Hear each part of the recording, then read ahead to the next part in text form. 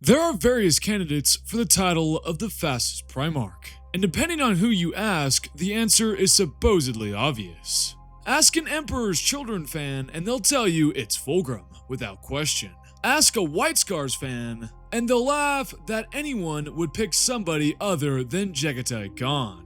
And if you're a Dark Angels fan, you'll probably point to the lion moving so quickly that even Conrad Kurz's gifted foresight couldn't keep up. I don't think you have any idea how fast I really am. I'm fast as fuck, boy. The problem is that everyone seems to have evidence. So rather than blindly accepting the community consensus, we're going to do what we always do here on A Fallen Go. I'm going to crack open the books, examine the feats, and see what the lore actually says. In today's video, I'm going to go through every major statement, every notable feat, and every relevant excerpt to determine whether one Primarch truly deserves the title of the fastest, or if this debate is far closer than people realize. So folks, get ready to jump straight into the go hole. It's time to power scale.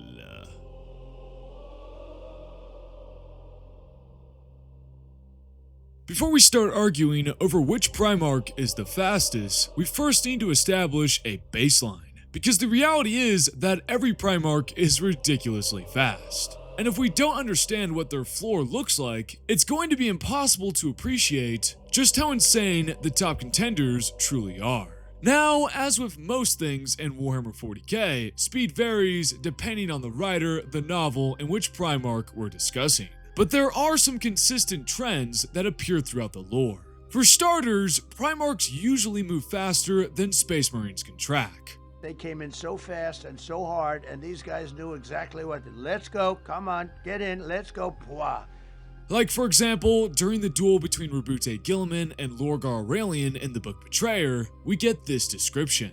Both Primarchs fought without heeding their warriors, their godlike movements an inconceivable blur to the Space Marines fighting around them.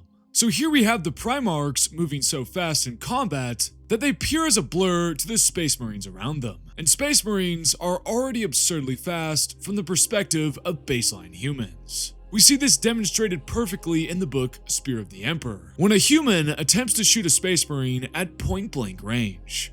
I moved faster then than ever before or ever since. I rolled my back, bringing my engager up towards the towering shadow, firing at point-blank range. I had one split second of vindication, that engagers were Space Marine killers, that he was close enough to hit, that no matter my fear, he couldn't survive a blast like this. The shotgun roared in my hands. I missed.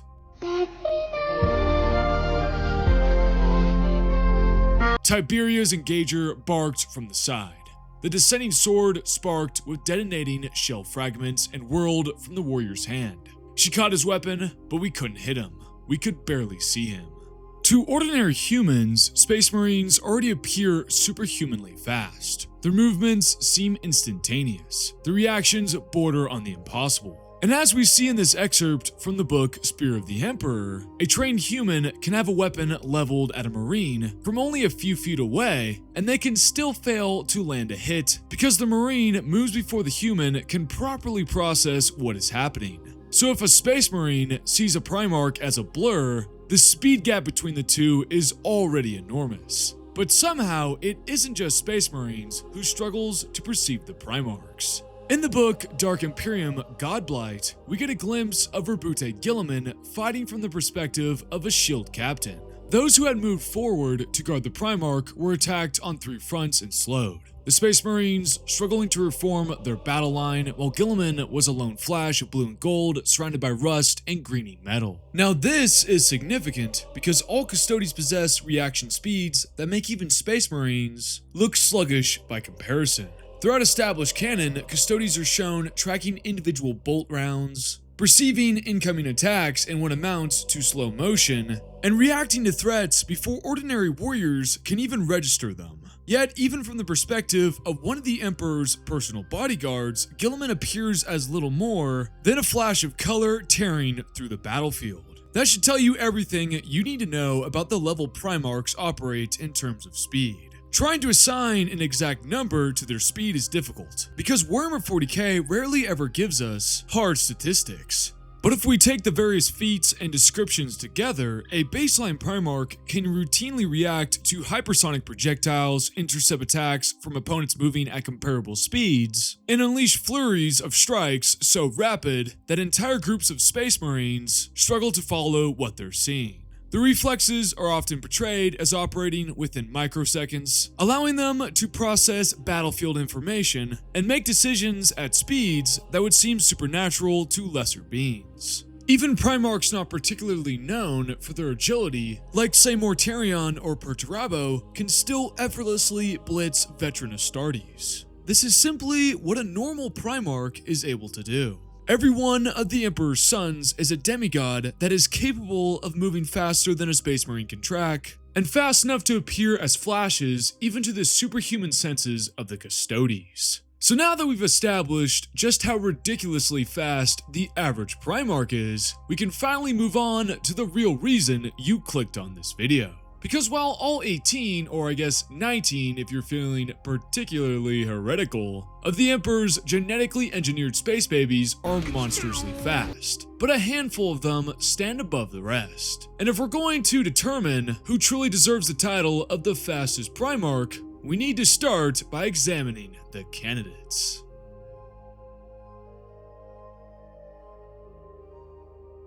Now, before we get into this, we need to set a very important boundary, because otherwise, this debate instantly spirals out of our control. When I'm talking about the fastest Primarchs in this video, I'm not going to be factoring in the amped or altered forms of the Primarchs. So yes, that means no demon Primarchs, no empowered versions of Horus Lupercal throughout the heresy, and none of the loyalist Primarchs currently around in the modern day.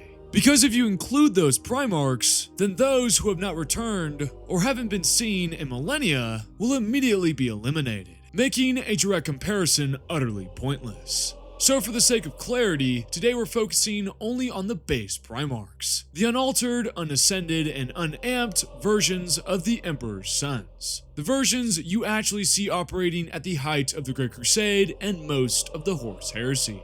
And to add to that, most of these Primarchs are operating in a very similar speed bracket. They're all absurdly fast. But even within that already ridiculous baseline, there are outliers. There are a handful of Primarchs who consistently get singled out either through direct statements, repeated feats, or narrative framing as being in a different category when it comes to speed.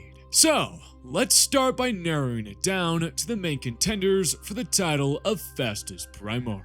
First, we have the obvious Jagatai Khan, Primarch of the White Scars and the Warhawk of Jagoras. Second is Lionel Johnson, Primarch of the Dark Angels and the first son of the Emperor.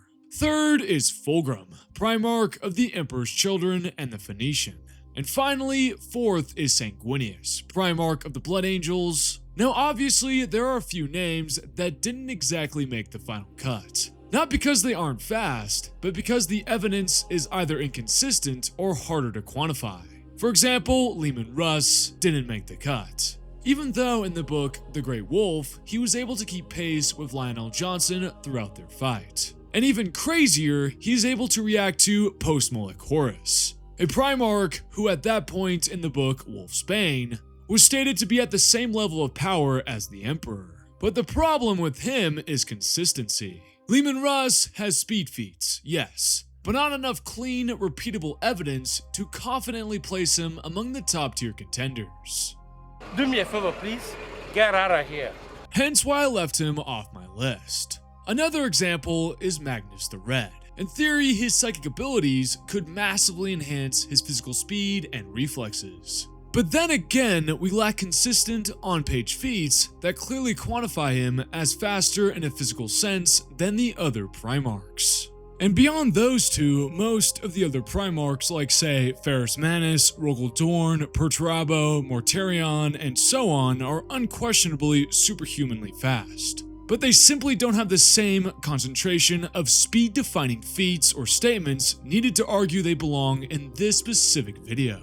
Even though it really pains my heart to not include my Buki Dorn. But with all of that established, we're left with our 4 core contenders. Now it's time to break them down one by one and figure out who actually deserves to be called the fastest Primarch. Let's start with Jagatai Khan, because on paper, he's supposed to be the undisputed fastest Primarch. Wanna see me run to that mountain and back? You wanna see me do it again? But once you actually line up the evidence, it gets a lot more complicated than most people think. The Khan's reputation for speed largely comes from his Primarch novel, Jagatai Khan, Warhawk of Dragoris, where his speed is described in almost mythical terms. As we get this excerpt, when Jagatai Khan begins to blitz through an entire horde of orcs, as his White Scars look on. But by then, the Khan himself was almost invisible, hidden behind a curtain of severed flesh and thrown blood, a primordial force burning through the Xenos ranks, inviolable and darkly magnificent. For the first time in that entire campaign, the Greenskins tried to run, to scramble away from the hungering devil that raced to devour them. But there was no space left, no time left, no hope left. Most were caught as they turned, their backs carved open and their necks broken. The few that managed to get back to the gate cowered under the shadow of that greater monster, the swollen master of their brood lair, who retreated beyond the portal in a shuffling, shaking display of abject submission. This is where a lot of the Khan's speed agenda comes from. In this moment, he's described as almost vanishing into motion, a force so fast that the orcs can't even properly respond to him. This also ties directly into his combat trance, or possibly his warp ability. This is called Alake, which is a state or trance where thought translates directly into action. As the text states, the Khan's thought alone could kill. In this state, the Khan strikes are described as so immediate that it feels like enemies are being killed by thought itself rather than physical motion. But there are some key limitations to this feat, as it comes against only simple orcs, and the point of view is from a space marine, as there are no Primarch level entities observing to give us a clean, comparable frame of reference. So while the imagery of this feat is incredibly strong, it doesn't really give us a precise measurement of how the Khan scales relative to the other top Primarchs. And when we do get a direct Primarch comparison, things become even less clear. As in the book Scars, we see Mortarion, who is consistently described as one of the slower Primarchs, keeping pace with Jagatai Khan as they duel. The Khan struck first, moving faster than thought, his cloak swirling about him. Mortarion met the blow with his scythe, and a radial wave shot out from silence, throwing up the ash in swirling clouds. So on the surface, this reinforces the idea that the Khan operates at beyond thought speeds. However though, as the text states, Mortarion is still able to meet him blow for blow in this exchange. My disappointment is immeasurable, and my day is ruined. Which immediately complicates the idea that the Khan is categorically faster than all of his brothers. But then again, later in their fight, the text states, Mortarion grunted as he blocked the incoming Dao. He moved far more slowly than the Khan, and by the end of their fight, the Khan has dealt way more damage to Mortarion than Mortarion has dealt to the Khan. But from this fight, I think we can gather that although their speeds are close, the Khan is still marginally faster. But then we move on to Warhawk during the Siege of Terra, which is where things become even messier, people, and it's arguably where the Khan's best argument and biggest uncertainty appear. After an intense duel with Demon Primarch Mortarion in the Lionsgate spaceport, Mortarion is exhausted and Jagatai Khan is nearing death, as he has endured a vast amount of punishment from the Demon Primarch. But now both of them are on their last limbs, or so we think, as the Khan continues to push against Mortarion. Mortarion snarled, worked his scythe harder again, feeling his fatigued muscles scream even as his mind reeled from the realization. He should have seen through it. He should have never allowed himself to be goaded. Their blades clashed again, snarling in an explosion of mingled warp detonations, and the two of them both reeled away from the blow, barely able to keep their feet. He was damaged. That had hurt him. And the Khan came back quicker, his smashed ankles somehow propelling him across the erupted ground faster than Mortarion could react. When the Dao clanged against the scythe again, the blood splattered freely.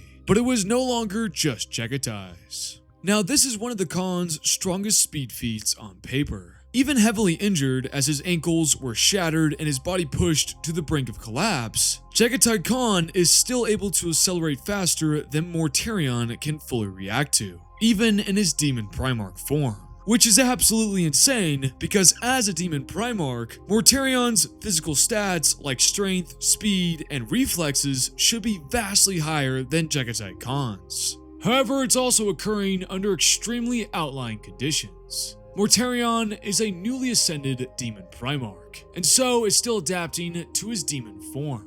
And to add to that, Mortarion is also fatigued from their duel, and potentially is caught off guard by the Khan's sudden shift in rhyme and movement. That the Khan, who himself is also exhausted and his body almost utterly shattered, was able to surprise a Demon Primarch. And finally, we have one more important supporting statement from the book Scars, which states, the Khan's Dao was a slender, perfectly curved piece of flawless metal, deriving its strength from its form rather than its size. It could be made to move faster than any blade in the Imperium. Although this statement is talking about his weapon, it once again reinforces the broader narrative framing of the Khan as the speed specialist among the Primarchs, as this statement directly says faster than any blade in the entire Imperium, and the entire Imperium includes the Primarchs. That may be a little bit of a rough reach with this statement, but hey, even if it is just a statement regarding his sword, it still implies that it's because of the Khan that this weapon is able to move so fast. So the Khan still absolutely belongs to be in this conversation for the fastest Primarch.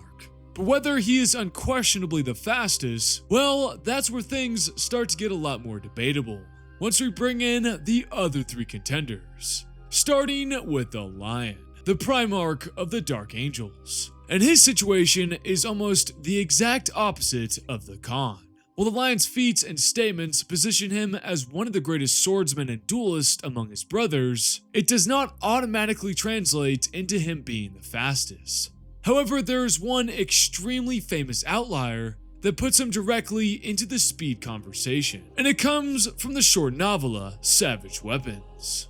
Corswain was watching both Primarchs, yet still never saw what happened, such was the speed of the Lion's movements. One moment, the two brothers were speaking, the Lion's features cast down in contemplation, Kurze's eyes fever bright, as he promised an ignoble fate. The next, Kurze's features twisted into a taunt rictus of pain, blood running between his clenched teeth. The Lion held tight to the grip of his blade, buried to the hilt in his brother's stomach. More than a meter of shining, blood-stained steel thrust from the back of Kurze's armor. This is a massive speed feat on the surface, because it implies that the Lion is fast enough to bypass Conrad Kurze's future sight. But the thing about that though is Kurze's foresight is inconsistent across the entire Horus Heresy. But when it is functioning as intended, it generally operates on a form of near immediate future perception, allowing him to anticipate attacks before they occur in real time. In that context, the Lion landing a strike that Kurze does not react to at all suggests an absurd level of speed or timing. If this is to be believed, it immediately makes the Lion a potential candidate as the fastest Primarch. But just like Chagatai Khan, there are important caveats that prevent this from being a clean Lion is the fastest confirmation. First, this is essentially a single major outlier. Across the rest of his appearances in 30K, the Lion is not consistently portrayed as moving as fast as seen in Savage Weapons. Instead, his dominance usually comes from his dueling mastery. Second, Kurze's foresight itself is not a stable measurement tool, as its effectiveness fluctuates significantly depending on the author and context involved. For example, in the book Unremembered Empire, his foresight functions almost like a direct, continuous future sight. In other cases, such as the book Vulcan Lives, his foresight fails to prevent extremely straightforward events, like getting smacked in the head with a giant-ass hammer. Dude, take my picture. Oh no, bro. There are also moments when his foresight appears inconsistent or partially turned off. making it extremely difficult to treat it as a reliable constant for scaling speed. So while the implication in Savage Weapons is undeniably impressive, it is also built on a foundation that is not entirely stable across the broader Horus Heresy narrative. That leaves us with a very specific problem with the Lion. He has one of the most extreme single instances of speed feats in the entire Primarch roster, but he lacks the repeated feats that would normally solidify a claim as the fastest. We never see him replicate this level of blitz speed against another Primarch in any consistent way. So while the Lion absolutely still has a case for being the fastest among his brothers due to the moment against Kurz, but since we never see it again, it remains an outlying feat, and one that relies heavily on the interpretation of Kurz' fluctuating precognition. Our next and third candidate is Fulgrim, the Phoenician. And just like the Khan, Fulgrim also has a statement that makes it look like this should be the end of our debate. But actually, it just makes things even more complicated once you actually break down that statement properly. This statement comes from his Primarch novel, The Palatine Phoenix, which gives us one of the more direct speed ranking statements in established canon.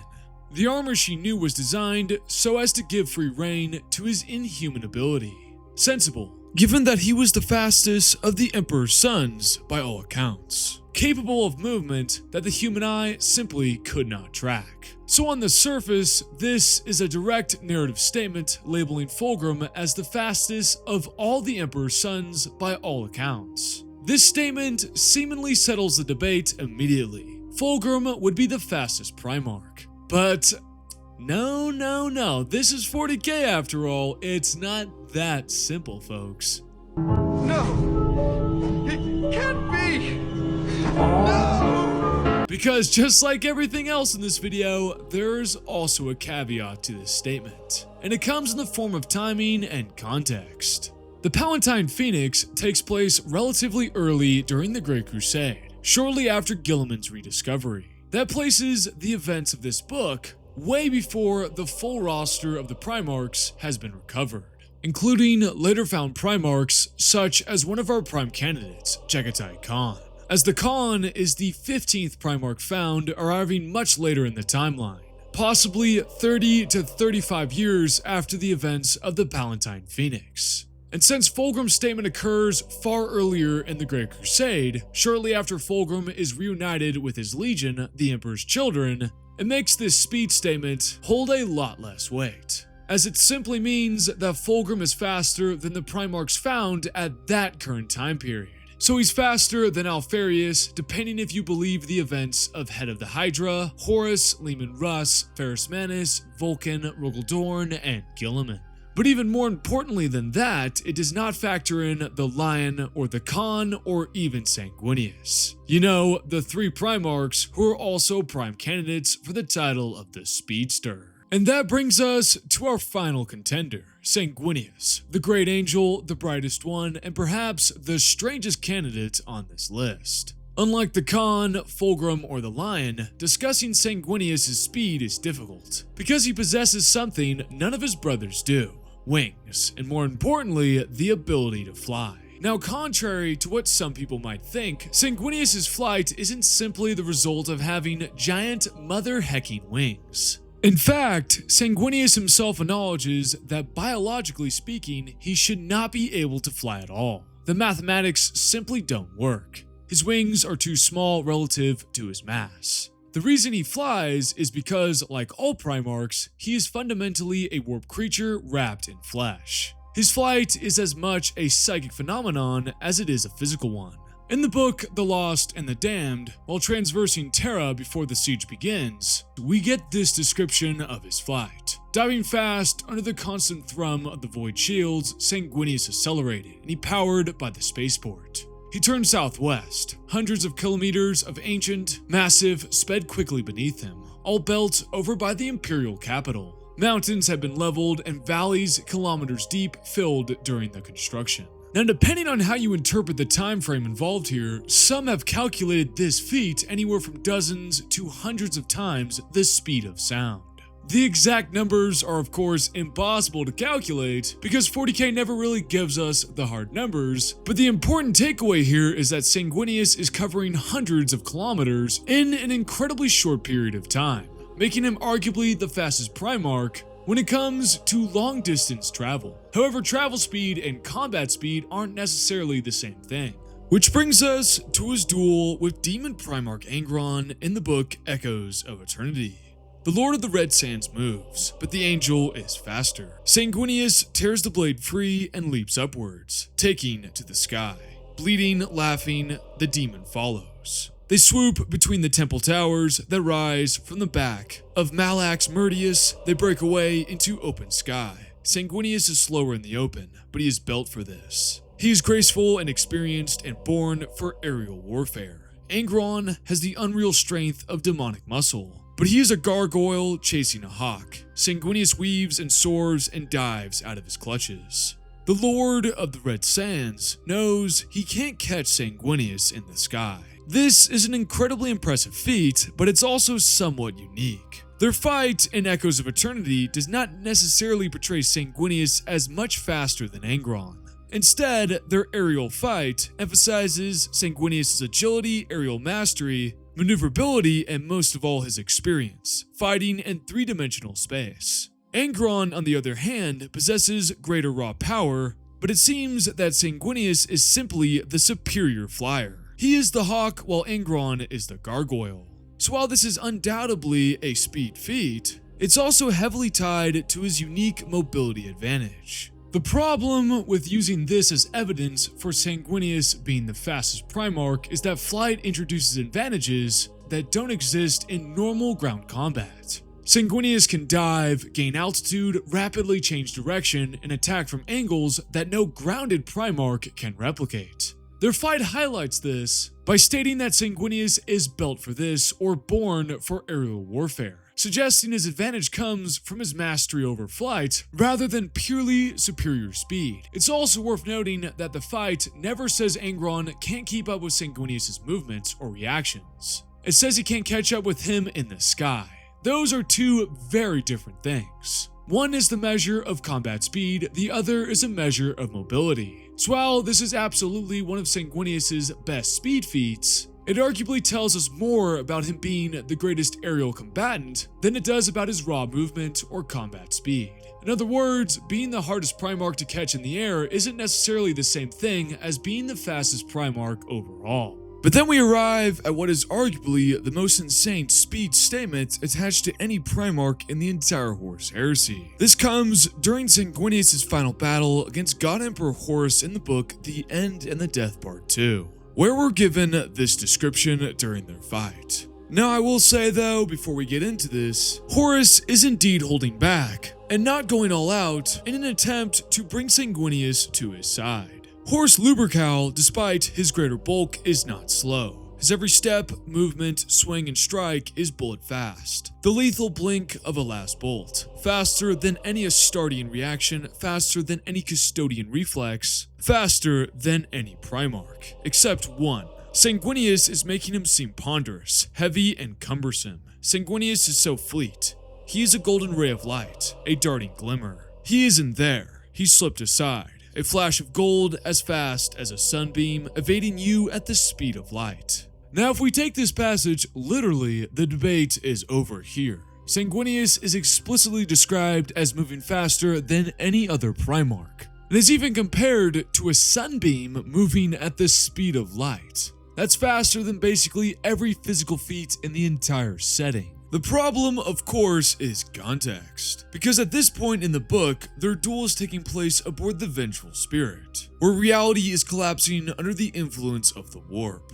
This is due to the fact that Horus has become something far beyond just a Primarch, as he is essentially a vessel for all four Chaos Gods. So time, space, causality, and logic are all breaking down around them as they fight. Their entire battle is drenched in symbolism and metaphors. In other words, trying to scale this version of Sanguinius directly to his normal base state is almost impossible. Just like we excluded God Emperor Horus at the beginning of this video, It's pretty difficult to use warp-saturated end and the death feats as evidence for the capabilities of a baseline Primarch, and that's ultimately the issue with Sanguinius as a candidate. So where does that leave us? We've got Sanguinius, who can cross vast distances through the air at absurd speeds. We've got the Khan, whose attacks are described as moving faster than thought. We've got the Lion, who seemingly blitzed a precognitive Primarch. And we've got Fulgrim, who possesses perhaps the most direct statement of all of them,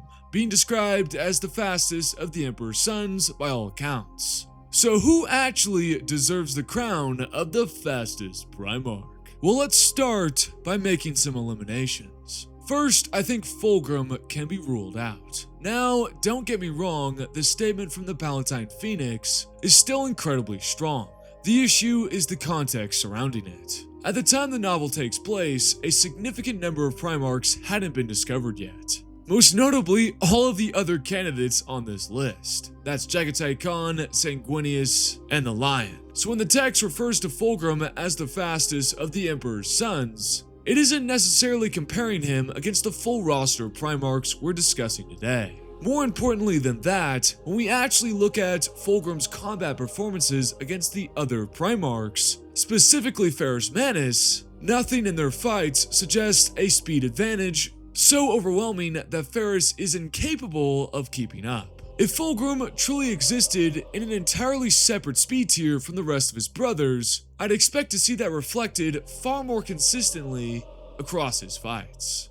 So while Fulgrim absolutely belongs in this conversation, I just don't think the evidence is strong enough to place him at number 1. The next Primarch we're eliminating is the Lion, and I have to admit eliminating my Pookie was a little difficult, especially because his feat against Conrad Kurz is pretty damn ridiculous. If taken literally, that the Lion is moving so quickly that Kurz's precognitive abilities fail to save him, is arguably the single best speed feat any baseline Primarch possesses. The problem is that it never ever happens again. The Lion and Kurz spend a shocking amount of the heresy trying to murder one another. They fight repeatedly, clash across multiple novels, and the Lion has plenty of opportunity to replicate his speed feat. Yet we never see him simply blitz Kurz in the same manner.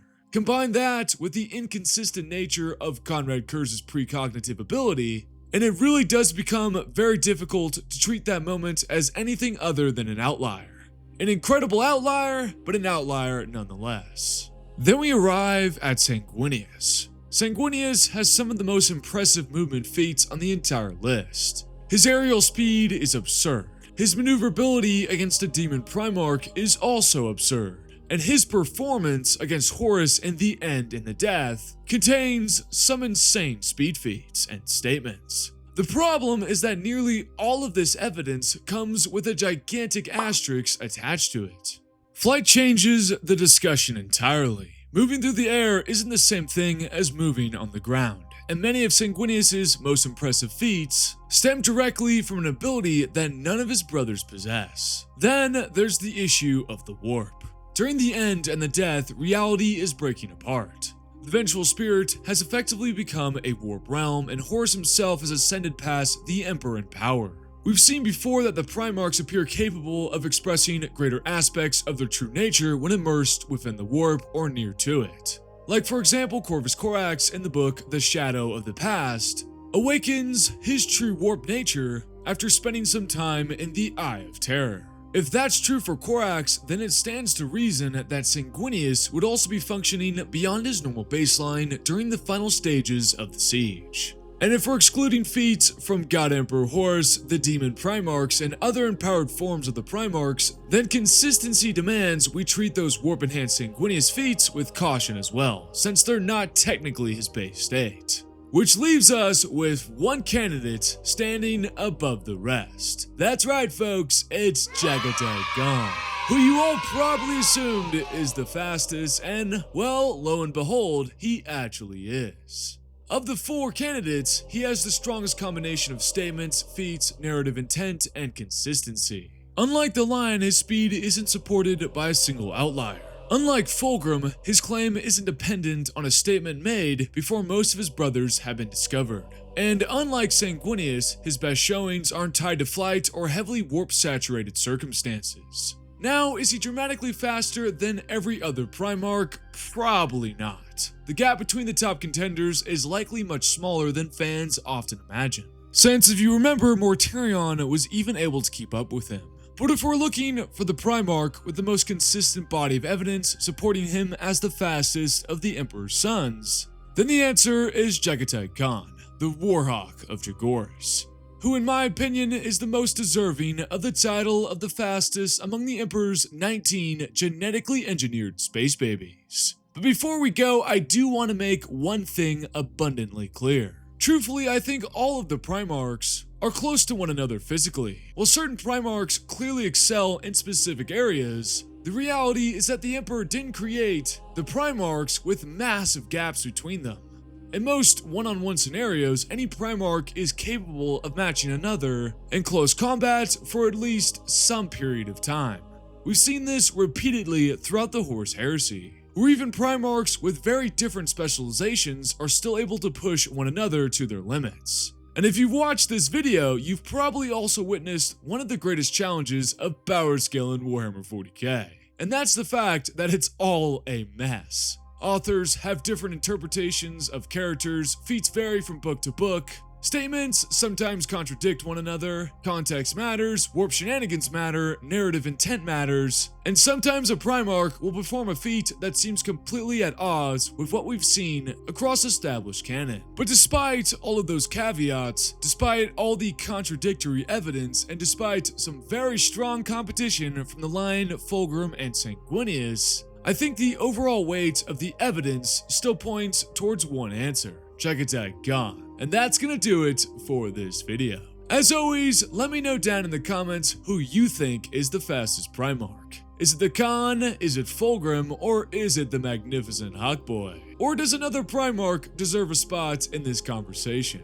If you enjoyed this video, make sure to leave a like and subscribe to A Falling Cow for more silly power scaling content. A huge thank you to my Patreon and YouTube members. Your support directly helps the channel and allows me to spend way too much time digging through Horus Heresy novels. A special shout out to Girthquake72, Immorally Bankrupt 1461, and Posse Paul, Ritter S, Musty, Seth Capizilla, Lag, Cunning Karkle, Caleb White, Dinkleberry, Anish, Chatter G, Jack Roar, and Michael Skipper 7277. Thank you all yet again. I've got plenty more Primarch videos well on the way, so if there's a topic you want to see covered next, drop it in the comments down below. Until next time, fellas, stay milked, stay safe, and I'll see you all real soon.